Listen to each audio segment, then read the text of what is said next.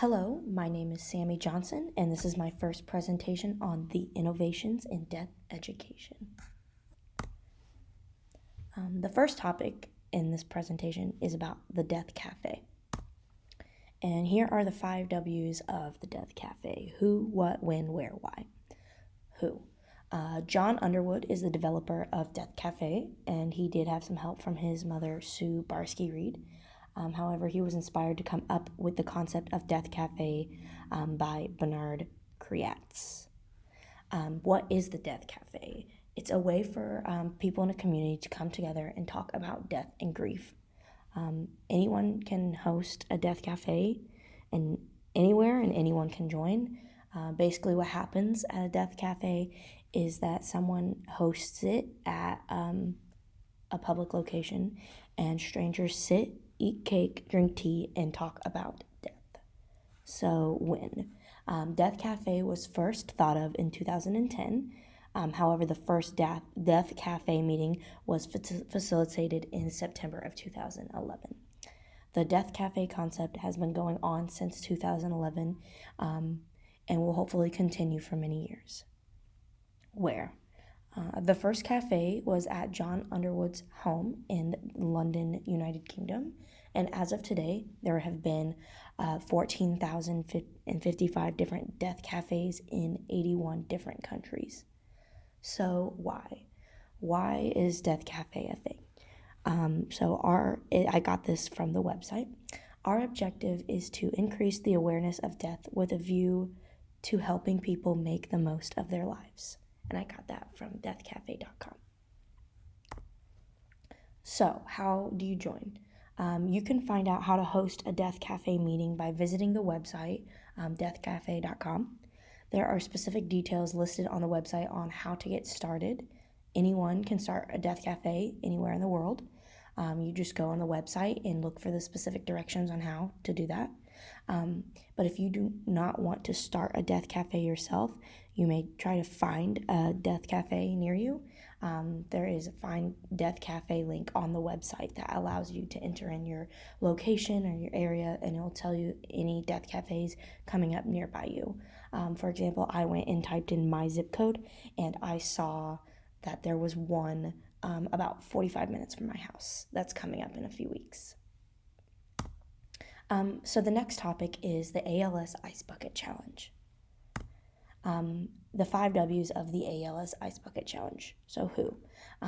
Anthony Sarachnia, I'm sorry, I'm going to butcher that, Jr. was the inspiration for the viral ALS Ice Bucket Challenge. So what is the ALS Ice Bucket Challenge? So first of all, we need to understand what ALS is. ALS is short for amyotrophic lateral sclerosis. And this is a degenerative disease that affects nerve cells in the brain and spinal cords. So for this challenge, people pour a bucket of ice water over their head, and then they nominate other people to do this as well. They take a video of it and they post it to social media. It is encouraged that after you post the video of your ice bucket challenge, that you donate to the cause. Let me just make sure. Okay. So when? This challenge was created and completed in 2014. Where? People around the country participated in this challenge. And why? This challenge was created to bring awareness and donations to research on ALS. Unfortunately, this challenge was only around in 2014, and it does not exist anymore. However, here are results. So the Ice Bucket Challenge raised $115 million for the National Office of the ALS Association in 2014. Since this challenge, the Office of ALS Association has raised and spent over $131 million on their mission for ALS research.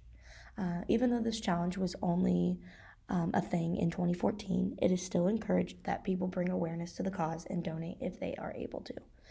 You may donate money towards the ALS research at als.org. To read about ALS and the more outcomes of the ALS Ice Bucket Challenge, you can visit als.org. So the next topic is Love Your Melon. So here are the 5 W's. Who? Love Your Melon was founded by two friends named Zachary and Brian in an entrepreneurship class in St. Paul, Minnesota at the University of St. Thomas. So what is Love Your Melon? This is a brand of clothing. It was originally just hats, but now it's a lot of other things that are sold to raise profits for childhood cancer. 50% of the profits from the sales of the clothing goes to nonprofit organizations that fight against pediatric cancer. So, Love Your Melon was created on October 22nd, 2012, and is still in business to this day and hopefully for many more years. So, where is it? So, because this is a website, anywhere in the United States can help the cause and purchase merchandise from the website. So, why? This cause was started because two friends wanted to start a cause raising money for children battling cancer. So, how can you help? You can help by purchasing merchandise from the loveyourmelon.com website. They have items such as beanies, headbands, blankets, caps, bucket hats, apparel, face masks, books, and more. They have many different designs to choose from as well. You can also help by donating money towards the cause specifically, or donate money for a child battling cancer to receive a Love Your Melon hat. So the success. Their original goal was to just sell 45,000 hats to give to children battling cancer in America. However, they exceeded their goal. Love Your Melon has raised over $9.4 million to fight childhood cancer and has given hats to 230,000 children. Specifically, in 2021, over $1 million was raised for nonprofits fighting pediatric cancer through research, therapeutic experiences, and family support. So the next topic and the last topic is Before I Die walls. And personally, this was one of my favorites. So these are the 5 W's. Who? Candy Chang is the creator of this art project. So what is Before I Die? So Before I Die walls are walls in different communities around the world that have been spray painted to say, before I die, I want to blank.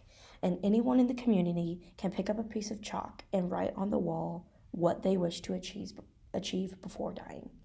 When? So Candy's first wall was created in 2011, and since then, many more walls are being made to this day. Where? The first wall was created in New Orleans, and since then, over 5,000 walls have been created in over 78 countries. So why was this created? Candy was grieving over a person close to her when she felt inspired to create this art project. She noticed that there was an abandoned house a block away from where she lived, and so she created this wall for her community to freely write on, and the goal was to bring communities together to share our life, dreams, and aspirations with those around us, and to inspire us to live our best lives and not take life for granted. So how can you join? You can start your own Before I Die wall by checking out their website. The website gives specific details about how you can start a wall in your own community. There is a free downloadable toolkit on the website that helps you get started.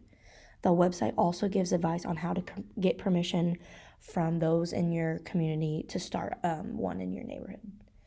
Candy Chang is also available to be booked to speak at an opening of a wall or just to speak about destigmatizing death to any university, conference, or organization. To book Candy Chang to speak at your event, you can contact Lavin Agency. And that is all. Thank you very much.